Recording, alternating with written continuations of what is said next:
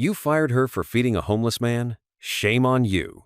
Anna, a compassionate chef, offered a free meal to a struggling former fisherman. Her act of generosity cost her job, but it didn't go unnoticed.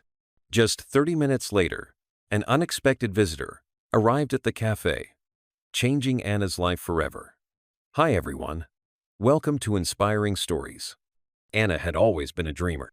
Growing up in the small coastal town of Seabreeze, she had spent most of her childhood watching the fishermen bring in their daily catch, imagining the delicious meals she could create from the fresh seafood. Her passion for cooking had started early, inspired by her grandmother, who had been the town's most beloved cook. Anna's grandmother had taught her everything she knew: how to season a dish perfectly, how to tell when fish was fresh, and most importantly, how to cook with love. By the time Anna was in her late 20s, she had become a skilled chef, known throughout Seabreeze for her creativity in the kitchen.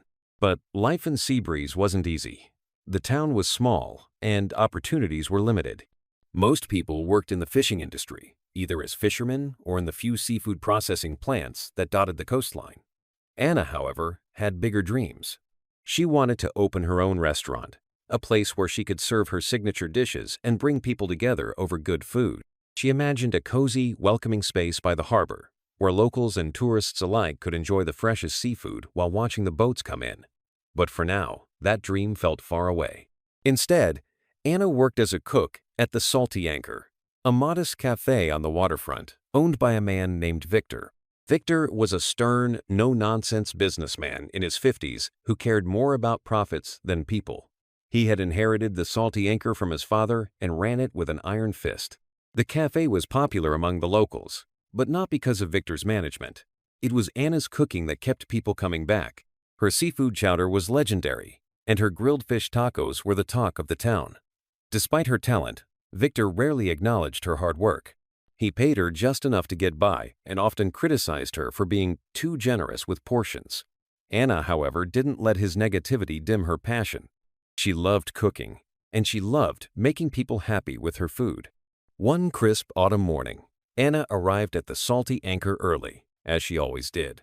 The cafe didn't open until 8 a.m., but Anna liked to get a head start on prepping for the day. As she walked along the harbor, she noticed an old man sitting on a bench near the docks. He was dressed in worn-out clothes, and his face was weathered from years of exposure to the sun and sea. Anna recognized him immediately. It was old Tom, a former fisherman who had once been a legend in Seabreeze. Tom had been one of the best fishermen in town, known for his uncanny ability to find the best fishing spots. But after a tragic accident at sea years ago, he had lost his boat and his livelihood. Since then, he had fallen on hard times, relying on the kindness of others to get by. Anna approached him with a warm smile. "Good morning, Tom. How are you today?" she asked, her voice filled with genuine concern. Tom looked up, his eyes tired but kind. "Oh, hello, Anna. I'm hanging in there," he replied, his voice rough but gentle. Anna noticed that he looked thinner than the last time she had seen him, and her heart ached for him. "Have you eaten yet?" she asked. Tom shook his head. "Not yet. I'll get something later," he said, though Anna could tell he was just being polite. Without hesitation, Anna reached into her bag and pulled out a small container of leftover seafood chowder from the day before. "Here, take this. It's not much, but it'll warm you up," she said, handing it to him. Tom's eyes widened in surprise. "Oh, Anna, I couldn't. You've already done so much for me," he said, but Anna insisted. "Nonsense. It's just a little something. Besides, I made too much yesterday," she said with a wink. Tom smiled gratefully and accepted the food. "Thank you, Anna. You're too kind," he said, his voice filled with emotion. As Anna continued on her way to the cafe, she couldn't stop thinking about Tom. She knew that many people in Seabreeze had forgotten about him, but she couldn't ignore his struggles. She made a mental note to bring him more food later in the day, even if it meant sneaking it out of the cafe without Victor noticing. When Anna arrived at the Salty Anchor, she got to work immediately, chopping vegetables, preparing sauces, and marinating fish for the day's menu. As she worked, she thought about her dream of opening her own restaurant. She knew it would take a lot of hard work and sacrifice, but she was determined to make it happen someday. For now, though, she focused on doing her best at the cafe, even if Victor didn't appreciate her efforts. Later that morning, as the cafe filled with customers, Anna noticed Tom sitting at a table near the window. He had come in quietly and was sipping a cup of coffee. Anna smiled to herself, glad to see him inside where it was warm. She decided to make him a special plate of grilled fish and vegetables, something hearty and nutritious. When she brought it over to his table, Tom looked up in surprise. "Anna, I can't afford this," he said, his voice tinged with embarrassment. "Don't worry about it, Tom. It's on me," Anna replied with a warm smile. "You've done so much for this town. It's the least I can do." Tom's eyes filled with tears, and he nodded silently, unable to find the words to express his gratitude. Anna patted his shoulder gently and returned to the kitchen, feeling a sense of fulfillment. She knew that her small act of kindness wouldn't solve all of Tom's problems, but it was a start. And for Anna, that was enough. Little did she know, her act of kindness would soon set off a chain of events that would change her life forever. But for now, she focused on the task at hand, cooking with the same passion and love that had always driven her. The day was just beginning, and Anna was ready to face whatever challenges came her way. The days at the Salty Anchor continued much as they always had, with Anna working tirelessly in the kitchen and Victor hovering nearby, scrutinizing every move she made. Despite his constant criticism, Anna remained dedicated to her craft, pouring her heart into every dish she prepared. She had developed a routine of sneaking small portions of food to old Tom whenever she could, always careful to avoid Victor's watchful eye. Tom had become a regular at the cafe, though he rarely ordered anything. Instead, he would sit quietly in the corner, sipping coffee and watching the world go by. Anna made sure he never left hungry, even if it meant sacrificing a bit of her own paycheck to cover the cost. One chilly afternoon, as the cafe was winding down after the lunch rush, Anna noticed Tom sitting at his usual table, looking more disheveled than usual. His clothes were damp from the rain, and he seemed to be shivering. Anna's heart ached for him. She quickly prepared a bowl of hot seafood chowder and brought it over to him. "Here, Tom, this will warm you up," she said, placing the bowl in front of him. Tom looked up at her, his eyes filled with gratitude. "Anna, you're too good to me," he said, his voice trembling. "I don't know how I'll ever repay you." Anna smiled gently. "You don't have to repay me, Tom. Just knowing you're okay is enough," she replied. She sat down across from him for a moment, watching as he ate. "You know, Tom, you've done so much for this town. It's time people remembered that," she said softly. Tom shook his head, his expression somber. "Those days are long gone, Anna. People don't care about an old fisherman like me anymore," he said, his voice tinged with sadness. Before Anna could respond, Victor's voice cut through the air like a knife. "Anna, what do you think you're doing?" he barked, storming over to their table. Anna stood up quickly, her heart racing. "I was just checking on Tom," she said, trying to keep her voice calm. Victor's eyes narrowed as he glanced at the bowl of chowder in front of Tom. "And who's paying for that?" he demanded, his tone sharp and accusatory. Anna hesitated for a moment before answering. "I am, Victor. I'll cover the cost," she said, her voice steady despite the tension in the air. Victor's face turned red with anger. "This isn't a charity, Anna. I can't have you giving away food to every stray that walks in here," he snapped, his voice rising. Anna felt a surge of frustration but tried to remain composed. "Tom's not a stray, Victor. He's a part of this community, just like the rest of us. He's done a lot for this town, and I think it's only right that we help him now," she said, her voice firm. Victor crossed his arms over his chest, his expression hardening. "I don't care what he's done in the past. This is a business, not a soup kitchen. If you can't follow the rules, then maybe you don't belong here," he said coldly. Anna's heart sank at his words, but she refused to back down. "Victor, I'm just trying to do the right thing. Is that really so wrong?" she asked, her voice tinged with desperation. Victor's response was swift and merciless. "Yes, it is wrong when it costs me money. You're fired, Anna. Clean out your locker and get out," he said, his voice final. Anna stared at him in shock, unable to believe what she was hearing. "Victor, please. Let's talk about this," she pleaded. But he turned his on her and walked away. Tom, who had been sitting quietly throughout the exchange, stood up slowly, his face filled with guilt and sorrow. "Anna, I'm so sorry. This is all my fault," he said, his voice breaking. Anna shook her head, tears welling up in her eyes. "No, Tom, this isn't your fault. Victor's the one who's wrong, not you," she said, her voice trembling. She placed a hand on his shoulder, trying to reassure him. "Don't worry about me. I'll be okay," she said, though she wasn't sure if she believed it herself.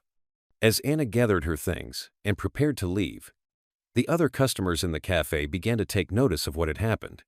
Whispers spread through the room, and soon the entire town would know that Anna had been fired for helping old Tom. Anna felt a mix of emotion, anger, sadness, and a deep sense of injustice. She had always believed in doing the right thing, even when it was hard. But now, it seemed like her kindness had cost her everything. As she stepped out into the cool autumn air, Anna took a deep breath, trying to steady herself. She didn't know what she would do next, but she knew she couldn't give up. She had worked too hard and come too far to let Victor's greed destroy her dreams. With a determined look in her eyes, Anna walked away from the salty anger, ready to face whatever challenges lay ahead. Little did she know, her act of kindness had already sparked a wave of support among the townspeople. By the time she reached the end of the street, a small crowd had gathered, murmuring angrily about Victor's decision. Among them was Mayor Harris, who had been a regular at the cafe and a fan of Anna's cooking. He listened intently as people recounted what had happened, his expression growing more serious by the minute. "This isn't right," Mayor Harris said finally, his voice carrying the weight of authority.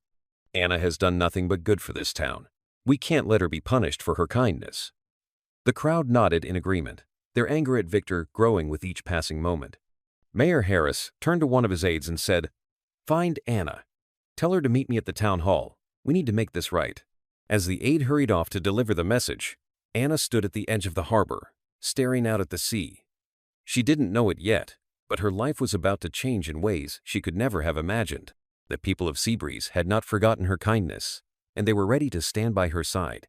Anna stood at the edge of the harbor, the salty breeze brushing against her face as she tried to process everything that had just happened.